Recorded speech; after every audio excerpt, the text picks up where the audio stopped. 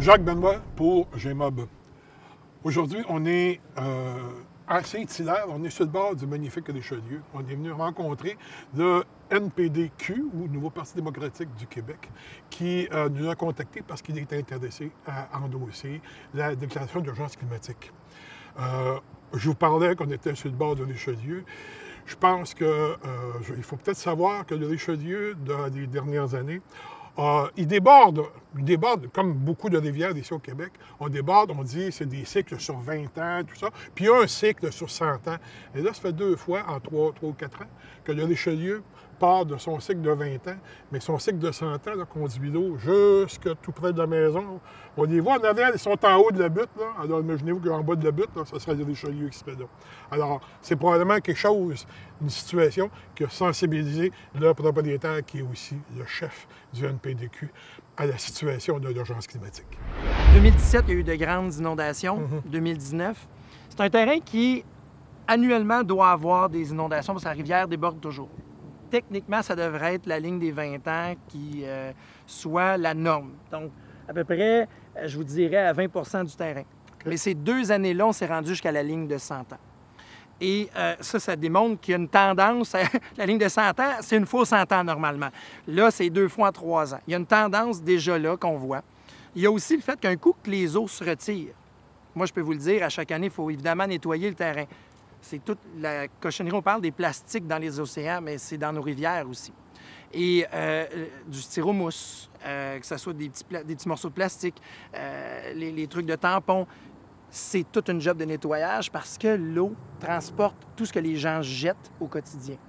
Il y a aussi le fait que, vous pouvez constater, il y a des arbres qui ont été mangés par la grille du frein. Ouais. Mais avec la crise climatique, ça va devenir de pire en pire. Cette affaire, on va voir ça de plus en plus souvent. L'arbre est mort, c'est comme si on arrachait notre propre peau. C'est ça la réalité. Cet arbre-là, je veux dire, on ne peut pas dire qu'il ressent la souffrance, mais il y a une forme, avant de mourir, ça a dû être... c'est triste. Parce que ça, en mourant, relâche des CO2. Donc, au lieu d'en magasiner pour nous et nous donner de l'oxygène, la relâche. C'est une problématique parce que cet arbre-là aurait pu vivre encore très longtemps si ça n'avait pas été de la grille qui l'a bouffé carrément. Nous, on en a 4, le voisin en a 6. C'est d'une tristesse. Et à Montréal, ils ont dû tous les abattre à cause de ça. À cause d'un insecte qui se nourrit en mangeant l'arbre.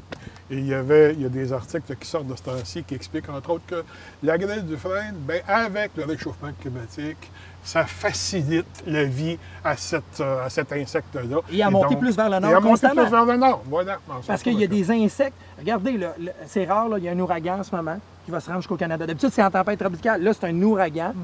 Ça nous démontre qu'à quel point il y a des transformations. C'est pas un événement qui le dit, c'est la suite dans le temps. Et ça, c'est inquiétant. Ça, pour moi, c'est extrêmement inquiétant.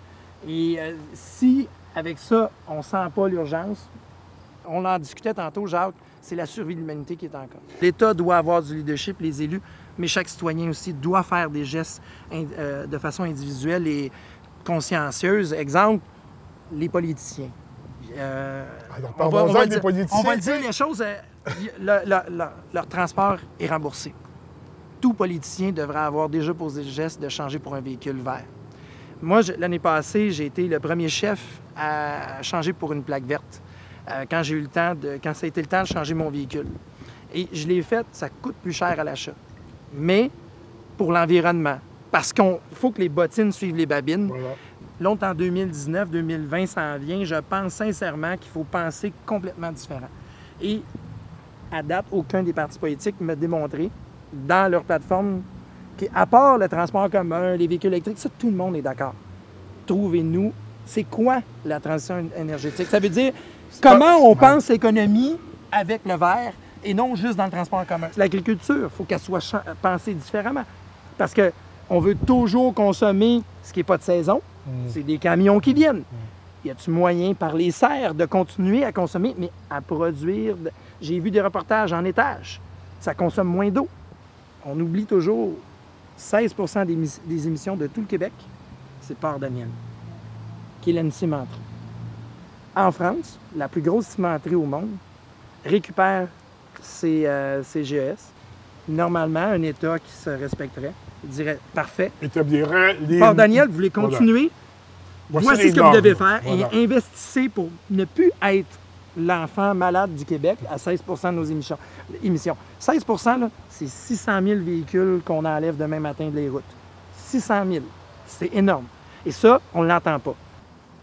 Le changement au niveau de l'économie verte signifie aussi changer tout le dogme de notre fiscalité, de nos budgets, Voilà. où on met nos priorités, puis sur quoi on les met. C'est pas juste de dire on met de l'argent là, c'est-à-dire qu'il faut en enlever ailleurs.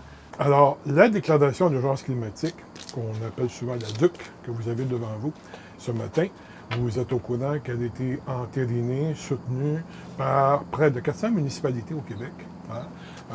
Même dans le monde entier, on a une réputation incroyable parce que les gens ils disent comment vous avez fait au Québec pour avoir autant de monde qui déclare l'état d'urgence climatique. C'est important de comprendre que les premières personnes qui sont touchées par les résultats du réchauffement climatique, les problématiques environnementales, c'est les peuples des Premières Nations et ceux du Nord.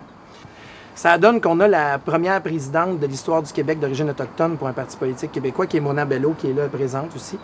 Et je tiens, en tant que chef, de ne pas être seul à signer cette déclaration-là.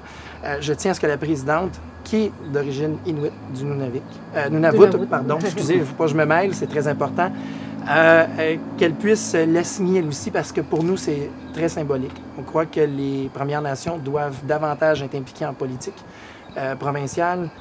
À ma gauche, c'est Geneviève Morancy, qui est la coprésidente au niveau du comité communication.